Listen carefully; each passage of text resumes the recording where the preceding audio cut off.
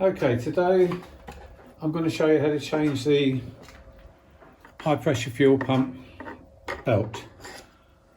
It'll be a little bit in reverse order because I'm not going to actually put a new one on because I don't need to. This engine is being stripped down. Okay, firstly, once you've removed, if you're doing it in the car, once you've removed all your bits and pieces around it, you can just pop a screwdriver on there, and there's a couple of clips, one there and one here. Press it down, it clips out, and then it lifts out.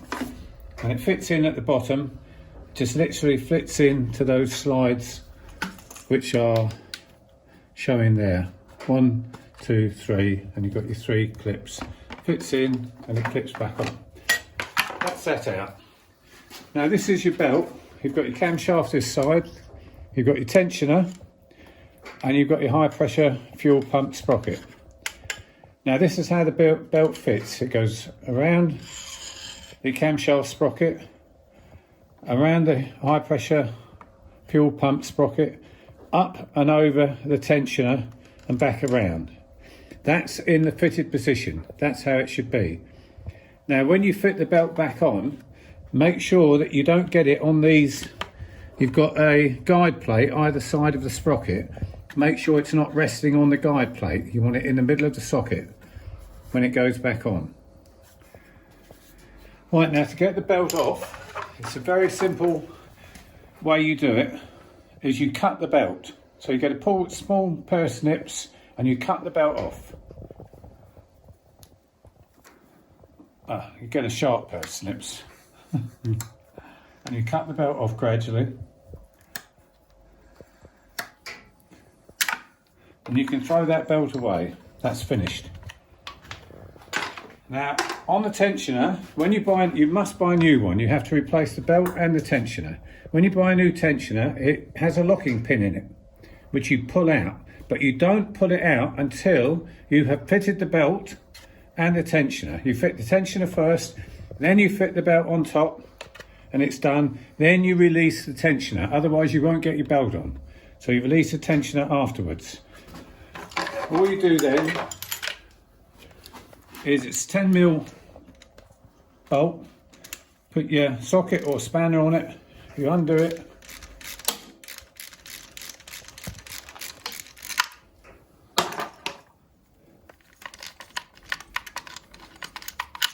And you throw that tensioner in the bin.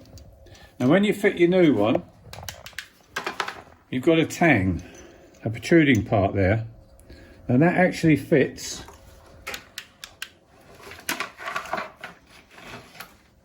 in the back here. You can see where that fits. It can only fit in one place.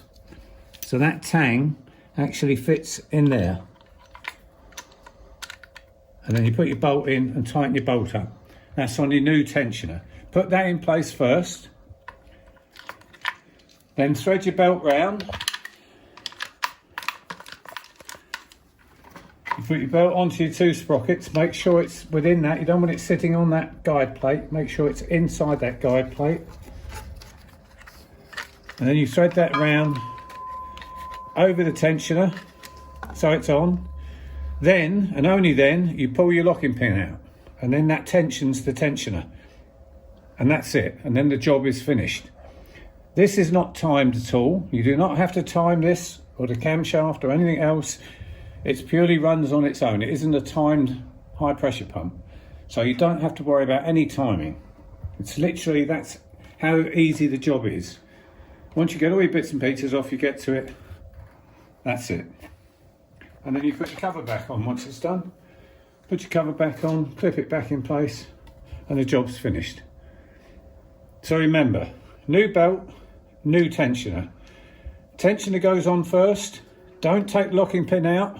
Put your belt on. Make sure it's within these guide plates. As soon as you know the belt's perfectly on, then you can pull your locking pin out of your tensioner, and that's finished. The job's finished. No timing. Right, just to let you know, this bolt needs to be torqued up to 25 Nm, Newton meters, and the belt interval change, which is recommended by Jaguar, should be 150,000 miles or 10 years. And that's it. Hope you enjoyed the video.